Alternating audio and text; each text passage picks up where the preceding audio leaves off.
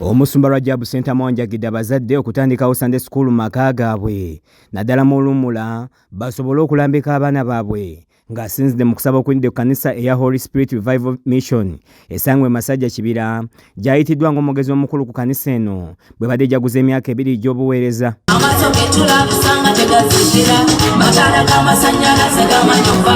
Omusumba Center mwagamba nti emize egy'ettabu gigenda mu maaso mu ggwanga nga yekiseera abazadde okussa amaanyi ku baana nga babalambika mu bya Katonda kubali ekkubo lyokka ery'okuwangula omulabe Setaani. Abaana bakomyewo bali waka, tukuuma abaana, twogere n'abaana, tubuulirire abaana, tuteeke abantu bayigirize okusoma Bayibuli, tubayigirize okusaba, tubakuumira awo tukole Sunday School awaka.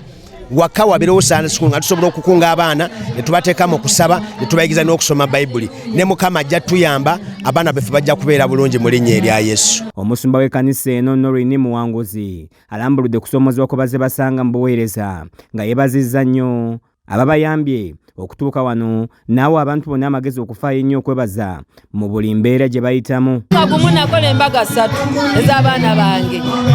Abantu bakaaba dobeera n'abaana ne bazaalira ku luggya naye mwaka gumu nankolera embaga. Bane twebaza Mukama olw'ekyo ebyokwebaza bingi nnyo naye mwenna abampuliriza abali eyo n'abandaba tukwate ennono ey'okwebaza Mukama. Okwebaza Mukama kusanyusa emmeme ya Katonda. N'omusumba Emmanuel Bowanga naye wa Kanisa eno aliko obubaka bwawadde abaweereza balina abakyala neyebaza abakyala abeewaayo okuweereza. Nebaza Katonda olwa mukyala wange kubanga bwe tuufu aweereza Mukama.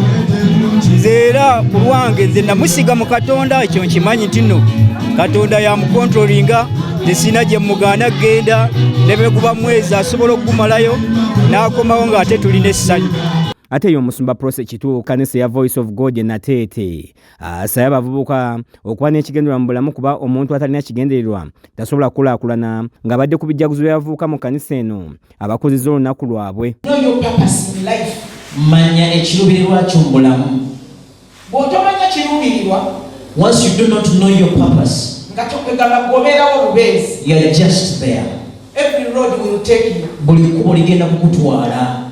Omusumba Kimuli Robert alambuludde ku ebyo bye bagoberera okulaba nga bakulaakulanya abavubuka mu buweereza. We have made them to organize them conference and bring different preachers who come and share with them the word of God.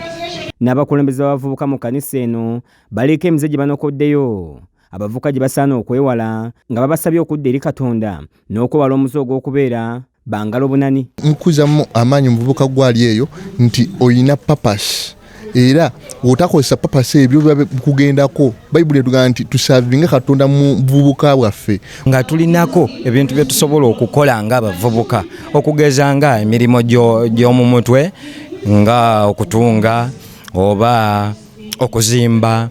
Kiza Peter yakusakidde eggulire lino ku Rakes TV Agalero.